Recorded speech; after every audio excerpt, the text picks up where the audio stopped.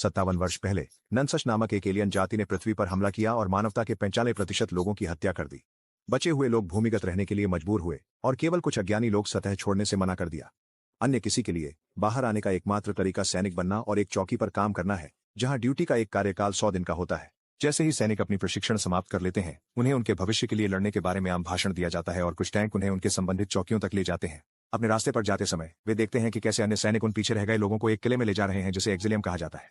अंततः tank सर्बेरस outpost पर रुकता है किसी को उतारने के लिए, जो बंकर के अंदर जाने में असफल होता है क्योंकि दरवाजा बंद होता है। इसके बजाय वह सीढ़ियों से वॉच टावर तक जाता है और कंप्यूटर डीएनए पहचान के माध्यम से सक्रिय करने के लिए उसकी उंगली का रक्त नमूना लेता है। प्रणाली उसे उसकी सेवा की शुरुआत पर बधाई देती है और उसे उसकी जिम्मेदारियों की याद दिलाती है। उसे रक्षा घेरे को बनाए रखना होगा, सुरक्षा कैमरों की निगरानी करनी होगी, नॉनसच पर नजर रखनी होगी, और अगर वह कोई पीछे रह गए लोग देखता है तो उन्हें एक्सिलियम तक ले जाना होगा। कोई सिस्टम जांच करता है और अपने कमांडर से संपर्क करता है, यह रिपोर्ट करने के लिए कि उसे वह सैनिक नहीं मिला जिसे उसे बदलना था। लेकिन कमांडर समझाता है कि पिछले गार्ड को चिकित्सा कारणों से निकालना पड़ा। वह किसी को यह भी याद दिलाता है कि उसे हर 12 घंटे में रिपोर्ट करनी है और उसे अपने ऑपरेशनल क्षेत्र को छोड़ने की अनुमति नहीं है। इसके बाद कोई व्यक्ति भोजन कक्ष की जांच करता है और इसे बिखरी हुई स्थिति में पाता है। कुछ टूटे हुए कांच पर भी कदम रखता है। जमने के लिए वह सफाई करता है, राशन व्यवस्थित करता है और गिलास पॉलिश करता है। शाम को वह रिपोर्ट करता है कि सब कुछ ठीक है और बंकर के लिए कोड की आवश्यकता है। चूंकि प्रवेश द्वार क्षतिग्रस्त है, उसे बाहर जाकर एक वैकल्पिक दरवाजे से जाना होगा। बंकर के अंदर पहुंचने के बाद वह एल्विस का एक छोटा बॉब्लहेड पाकर प्रसन्न होता है और उसे अपनी मेज पर रखने के लिए लेता है। अगली बात, वह कुछ घंटे रात में बाहर एलियंस पर नजर रखते हुए एक सिगरेट का लुत्फ उठाता है। उस रात जब वह सोने जाता है, वह सफेद कपड़े पहने बच्चों को नाचते हुए देखता है। उसके बाद कोई वैसे भी वही दिनचर्या जारी रखता है। सिस्टम उसे उठाता है और उसे उसकी सेवा के अंत तक बचे दिनों की याद दिलाता है। फिर कोई बालकनी पर व्यायाम करता है और फिर स्नान करता है, जिससे पता चलता है कि सभी सैनिकों के गर्दन पर एक विशेष टैटू होता है। इसके बाद एक सिस्टम चेक, एक क्षेत्र चेक और बहुत ही बुनियादी राशन से बना भोजन होता है। अपनी पहली भोजन के दौरान वह एक छाया गुजरती देखता है और पता चलता है कि इमारत में एक चूहा है, लेकिन वह पास आते ही छिप जाता है।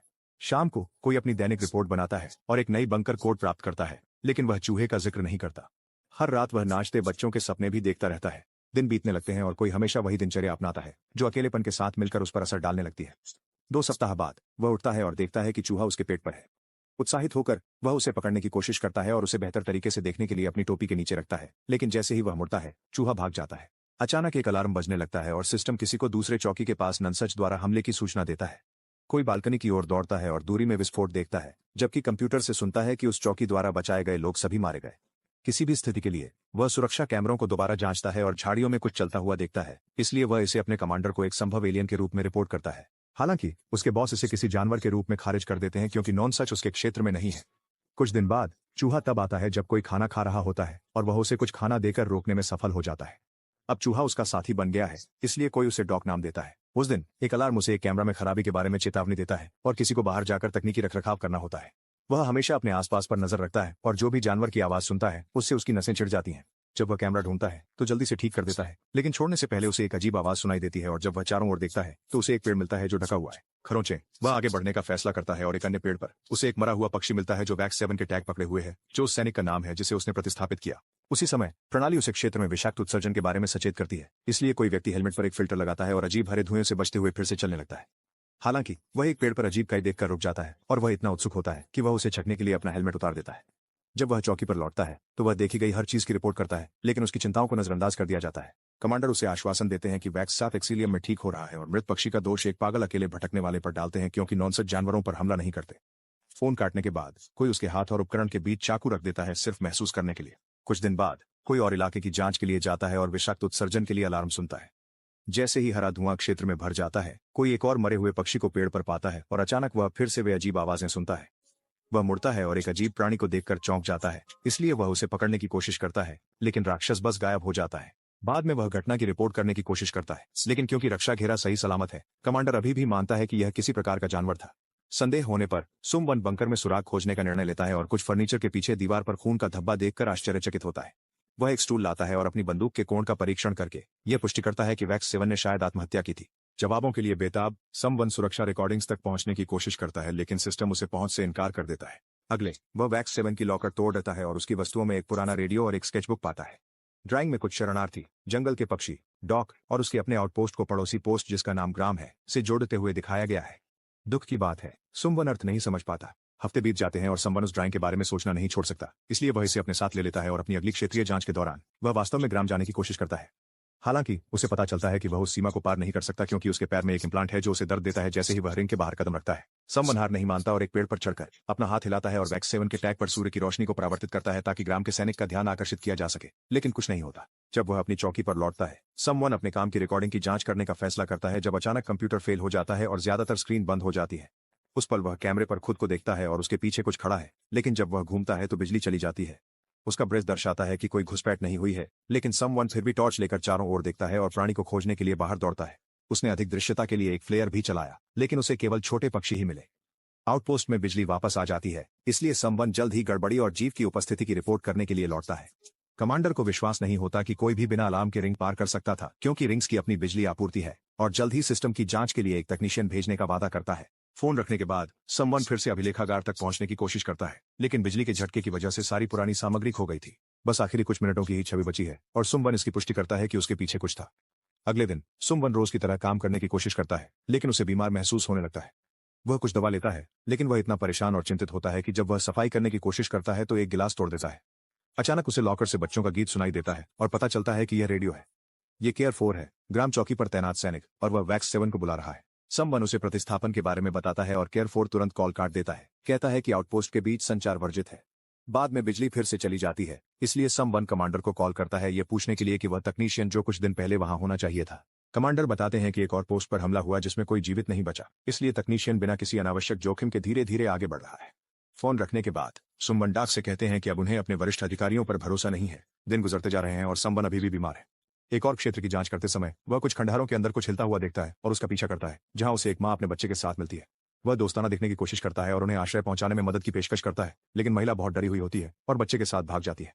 समवन तुरंत उनका पीछा करने की कोशिश करता है, लेकिन वह रिंग की सीमा पर पांव रख देता है और पैर का इम्प्लांट उसे रोक देता है। इसके बाद समवन वापस जाता है और दूसरे चौकी पर हमले के बारे में सुनता है। थका हुआ और निराश समवन आवाज को अनदेखा करता है और डॉग को अपने सपनों के बारे में बताता है। पता चलता है कि आजकल कोई सपने नहीं देखता और जो देखते हैं उन्हें पागल समझा जाता है, इसलिए समवन ने अभी तक किसी को नहीं बताया था क्योंकि डॉग ही एकमात्र है जिस पर उसे भरोसा है। शाम को समवन रेडियो का उपयोग करके केयर 4 से फिर से संपर्क करने की कोशिश करता है, लेकिन उसे कभी जवाब नहीं मिलता। वह रात में जंगल में जाने का फैसला करता है और जब उसे एक हिरण मिलता है तो वह उसे गोली मार देता है। उसके सींग एक पेड़ में फंस जाते हैं और समवन जानवर को कच्चा ही खाने लगता है, जिससे साबित होता है कि वह धीरे धीरे अपना मानसिक संतुलन खो रहा है। सुबह में वह मजे के लिए कुछ डिब्बों पर गोली चलाता है और फिर से रेडियो का उपयोग करने की कोशिश करने के लिए एक पेड़ पर चढ़ता है। केयर 4 उसे अनदेखा करना जारी रखता है और यह उसे इतना गुस्सा दिलाता है कि वह चिल्लाना शुरू कर देता है। वापस जाते समय वह तब रुकता है जब उसे एक फूल दिखाई देता है, जो एक दुर्लभ दृश्य है। उसी समय अलार्म घोषणा करता है कि जहरीले उत्सर्जन आ रहे हैं और क्योंकि समवन ने अपना हेलमेट नहीं पहना है, वह गिर जाता है जैसे ही वह बीमार महसूस करने लगता है। दूर में उसे कई टूटे हुए पेड़ दिखाई देते हैं और प्राणी फिर से प्रकट होता है, लेकिन फिर वह बेहोश हो जाता है। वह अगली सुबह बहुत चकराता हुआ जागता है और रेडियो के माध्यम से एक संदेश भेजता है। केयर 4 को बताता है कि नॉनसच ने उसके क्षेत्र में घुसपैठ कर ली है और वे वैक्स 7 को पकड़ सकते हैं। बाद में समवन चौकी पर लौट आता है और नोटबुक में स्केच बनाते हुए और डॉग से बात करते हुए दिन बीतने का इंतजार करता है। वह अब बाहर नहीं जाता क्योंकि उसे चौकी की सुरक्षा पसंद है। जब केवल 14 दिन बचे होते हैं, अचानक एक अलार्म बजना शुरू होता है, लेकिन पता चलता है कि यह तकनीशियन मैक है, जो पुष्टि करता है कि वह दूसरे चौकी पर हमले की वजह से देर से आया। उन्होंने इमारत के विनाश को देखा लेकिन पीड़ितों को नहीं, यह कहते हुए कि जब वह वहां से गुजरे थे तब तक सफाई कर्मी पहले ही सब कुछ साफ कर चुके थे। जब मैक कंप्यूटर पर बैठता है तो वह एल्विस बॉब्लहेड और स्केचबुक को पहचानता है। जाहिर होता है कि वह पहले यहां आ चुका है और सोचता है कि वैक्स 7 बहुत अस्थिर था। समवन उसे उसके पीछे के प्राणी की रिकॉर्डिंग दिखाता है, लेकिन मैक कहता है कि यह केवल समवन है क्योंकि सिस्टम गड़बड़ी के कारण छवियों का ओवरलैप हो रहा है। अगली बात, मैक सिस्टम की जांच करता है और देखता है कि सुरक्षा घेरे में कैमरे बंद है, जो समझ में नहीं आता क्योंकि सुमन ने अभी उन्हें रिचार्ज किया था। वे सिस्टम की जांच करते हैं और काम करते समय डॉग डेस्क पर चढ़ जाता है। जब मैक उसे देखता है तो वह उसे दूर धकेलता है और उसे उड़ाता है। नाराज सुमन उसके पीछे दौड़ता है और उससे बात करता है जब तक कि डॉग अपनी आंखें नहीं खोलता, यह साबित करने के लिए कि वह अभी भी जीवित है, जबकि मैक उसे इसके लिए आंकता है, यह कहते हुए कि वह वैक्स 7 जितना पागल है। समवन इतना गुस्से में है कि वह मैक की ओर अपनी बंदूक तान देता है और उसे आर्काइव वीडियो रिकॉर्डिंग अनलॉक करने के लिए कहता है, जो नियमों के खिलाफ है। मैक मना कर देता है क्योंकि उसे विश्वास नहीं होता कि सुमन उसे मारने की हिम्मत करेगा, लेकिन सुमन उसे 2 बार मारकर गलत साबित करता है। अब वास्तव में डरकर मैक डॉग से माफी मांगता है और आर्काइव को एक्सेस करने का प्रयास करता है, फायरवॉल को सफलतापूर्वक बाईपास करके। हालांकि उन्हें इसे एक्सेस करने के लिए अभी भी 2 व्यक्तिगत कोड की आवश्यकता होगी। ये उन दिनों का अवशेष है जब प्रत्येक चौकी पर 6 गार्ड होते थे। समवन अभी भी उसे जाने देने से मना करता है, इसलिए मैक उसे पेचकस से मारता है और लड़ाई शुरू हो जाती है। भले ही वह घायल है, समवन जल्दी से मैक पर काबू पा लेता है। हालांकि मैक पलटकर समवन के घाव पर हमला करता है।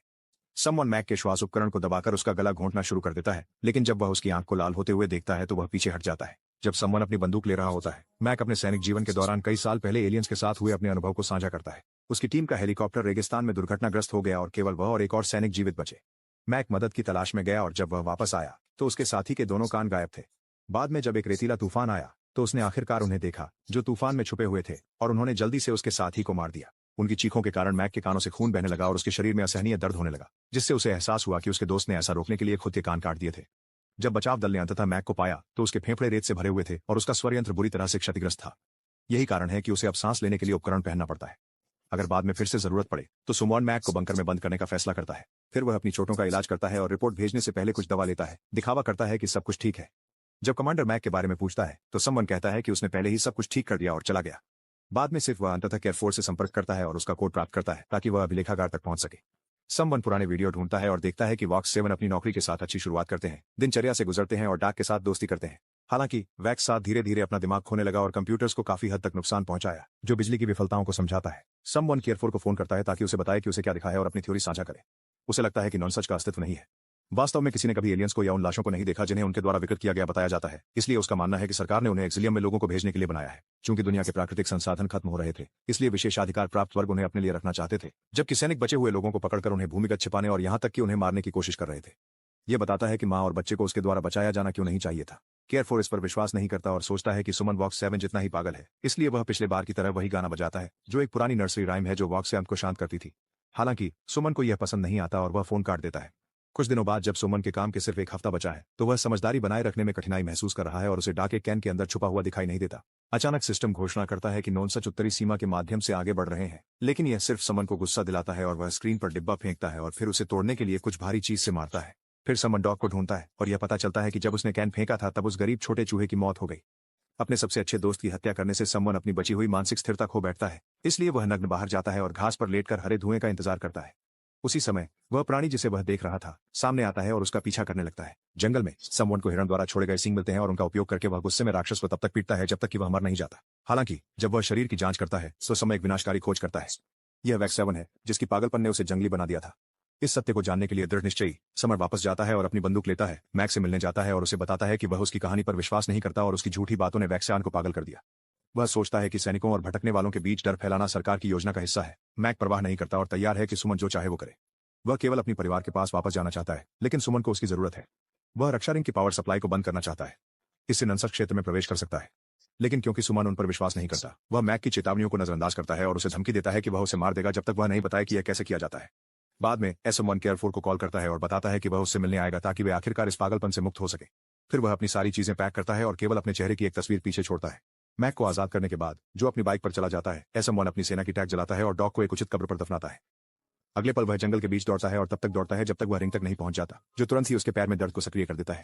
समवन बस इसे सहन करता है और मैक के निर्देशों का पालन करता है ताकि पावर केबल्स को खोदकर उन्हें काट सके।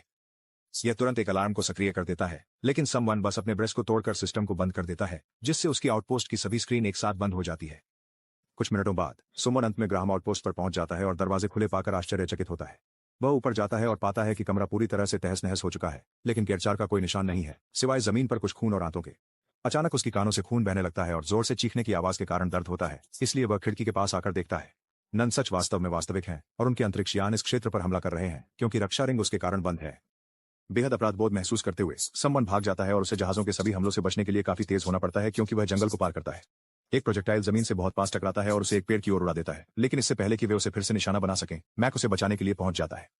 दुर्भाग्यवश एक नॉनसच भी वहां प्रकट होता है जो विशाल और घिनौना साबित होता है और यह वाहन को नष्ट कर देता है और मैक का सिर काट देता है। डरे हुए समवन फिर से दौड़ना शुरू कर देता है, सभी हमलों से बचते हुए, जब तक वह बंकर तक नहीं पहुंचता, लेकिन वह प्रवेश नहीं कर सकता क्योंकि उसे एक नया कोड चाहिए। खुशकिस्मती से वह अपने ब्रेस्ट को काम करने में सफल हो जाता है और अंदर जाने के लिए नया कोड प्राप्त करता है, कोशिका की ओर दौड़ते हुए, ठीक समय पर इसे बंद करने के लिए जब तक नॉनसच उसे पकड़ नहीं लेता। वह उन्हें गलियारे में चीखते हुए सुन सकता है और उसके सिर में दर्द शुरू हो जाता है, लेकिन वह छिपने के लिए भागता है जब उसे पता चलता है कि वे दीवारों को तोड़कर अंदर आ रहे हैं। परग्रही उसे फिर भी ढूंढ लेता है और उसी समय अपना मुंह खोलता है जब समवन अपना हथियार चलाता है, लेकिन अंतिम परिणाम कल्पना पर छोड़ दिया जाता है। सुनिश्चित करें कि आप सदस्यता लें और सूचनाएं चालू करें ताकि आप ऐसे और वीडियो देख सकें। देखने के लिए धन्यवाद।